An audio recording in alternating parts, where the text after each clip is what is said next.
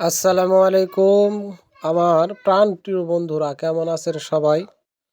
আশা করি ভালো আছেন। আলহামদুলিল্লাহ আমিও ভালো আছি। আজকে আপনাদের খুব সুন্দর একটি জিনিস দেখাতে চলেছি। অবশ্যই ভিডিও শেষ পর্যন্ত দেখবেন এবং ভিডিওটি শেয়ার করে অপরকে দেখার সুযোগ করে দিবেন। কেননা এইভাবে কাজ হয়তো এর আগে দেখেছেন কিনা জানি না। আজকের কাজটি দেখবেন।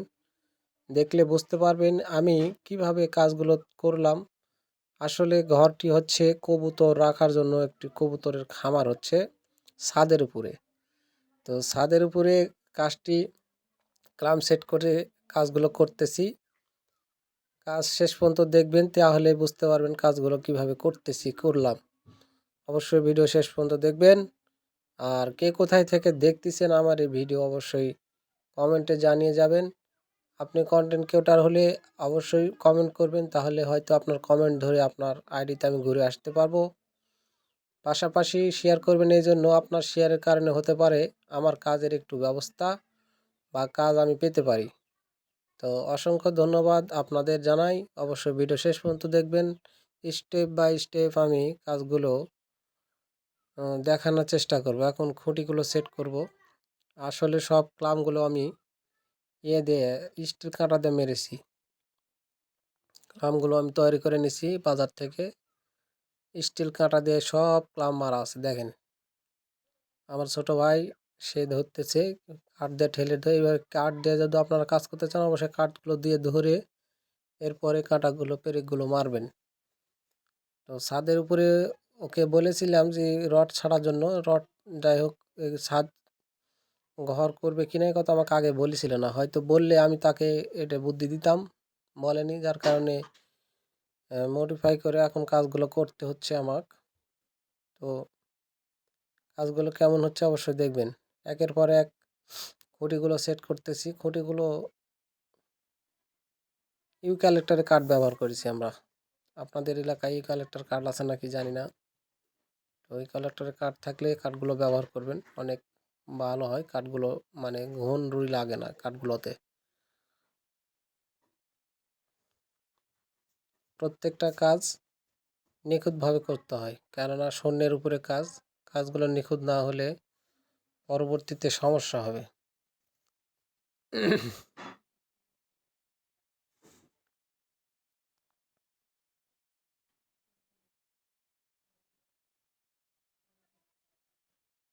কাঠগুলো মেরেছি, খুঁটি মেরেছি, এখন পাড় আটকাচ্ছি।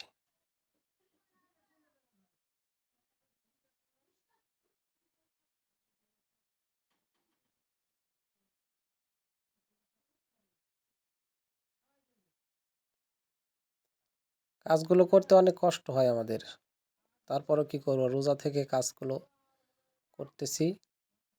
আসলে কাজ না করলে, টাকা ইনকাম না হলে তো আর পরিবার চালানো সম্ভব না। যে কোনো কাজের ক্ষেত্রে পরিশ্রম করা দরকার। পরিশ্রম করলেই এখান থেকে সফলতা আসবে। আমি প্রত্যেকটা রোয়াতে দেখেন কত সুন্দর করে কাজগুলো ফিটিং করেছি। পায়ের মাঝখানে দুটো আরও ব্যবহার করেছি।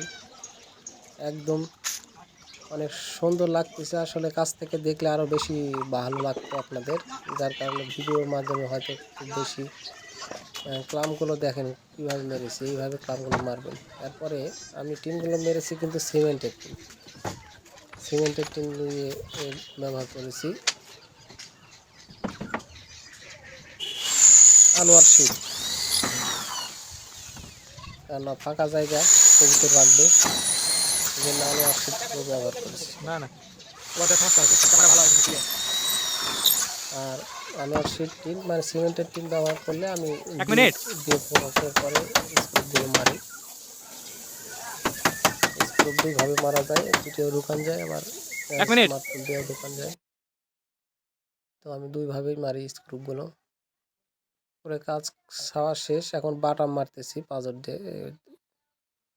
বাটাম মারতেছি, বাটামগুলো মেরে এরপরে বাটামে বেড়া দেওয়া হবে, আবার নেট হবে, নেটের পরে গেট হবে।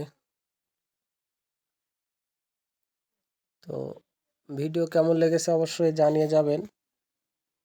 আর কন্টেন্ট ক্রিয়েটর হলে অবশ্যই কমেন্ট রেখে যাবেন আপনার।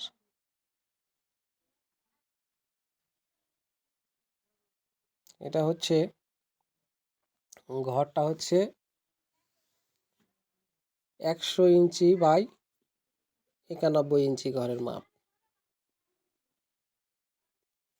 হ্যাঁ, তাতে 8 ফিটের একটু কম আর 8 ফিটের একটু বেশি, এই মাপের ঘর হচ্ছে। আপনারা দেখতে পারতেছেন কাজগুলো তো। কাজ এটা এই পর্যন্ত, এরপরে নেট বেড়া দিলে ওগুলো আপনাকে দেওয়ার চেষ্টা করব। ধন্যবাদ।